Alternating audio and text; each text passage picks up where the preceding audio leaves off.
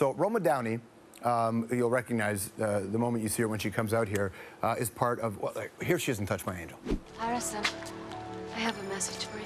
Monica, why don't you just leave it by the phone? I'll return it later. No. I have a message from God. From God?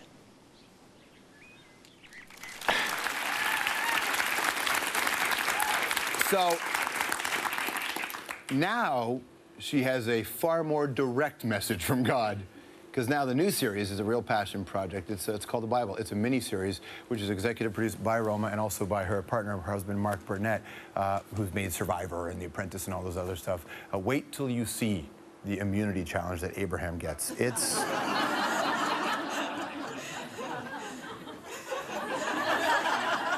Right now, my mother just went, I've had enough, click. Well, she got up to the TV and took the pliers that were on the remote, and she clicked. Look, The Bible is a really exciting project. The series started this week in Canada. People tuned in biblical proportions. Roma plays mother. Mary, take a look. Have a safe journey back to Galilee.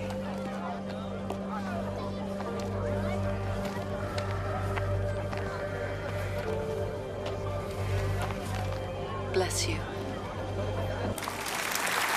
Please welcome to the show, Roma Downey.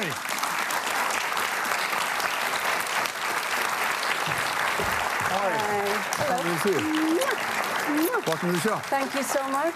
How are things? Things are great. Gosh, maybe I shouldn't have worn a red suit to sit in a red chair. It's nice. They're different reds. They're different reds. This is quite a story to try to tell. Yes, it is. Yeah, it's a beautiful, beautiful story.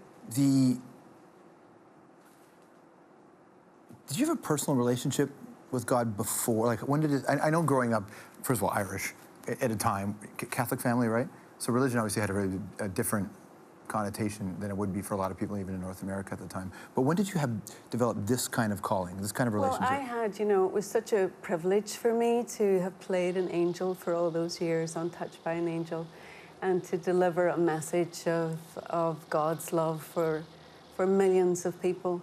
I so enjoyed, it was almost a decade in that role. And since then and beyond, I think that that I wanted to be able to use my skills and my talents to continue to bring that message, if you will. So, you know, it'll be a kind of a legacy, really, in some ways. This is the kind of legacy that you want to leave, obviously. It is the kind of legacy that I want to leave. I think because the central message really is one of hope. And I think that people are hungry for hope. People are hungry to know that it's in the broken places.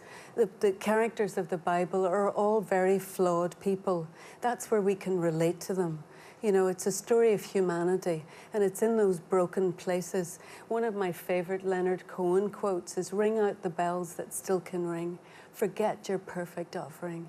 There's a crack in everything, and that's how the light gets in." The idea of getting into this is interesting for somebody who grew up in a region that was such a complicated relationship with religion. When you were a kid, were you always connected to it? Yeah, my mother passed away when I was a little girl, and I was 10 years of age. And I was so grateful to my faith and the comfort that my faith gave me particularly through my adolescence. So, because my mother had passed so young, I had a particularly close relationship with my dad, and I really didn't want to leave, and he was the one really encouraging me to spread my wings, and I went off to university in England. What were those first years like when you were away?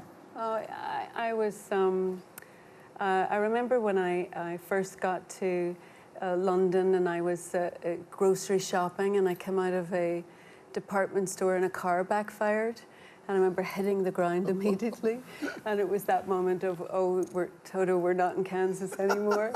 But really great. Then my dad also passed.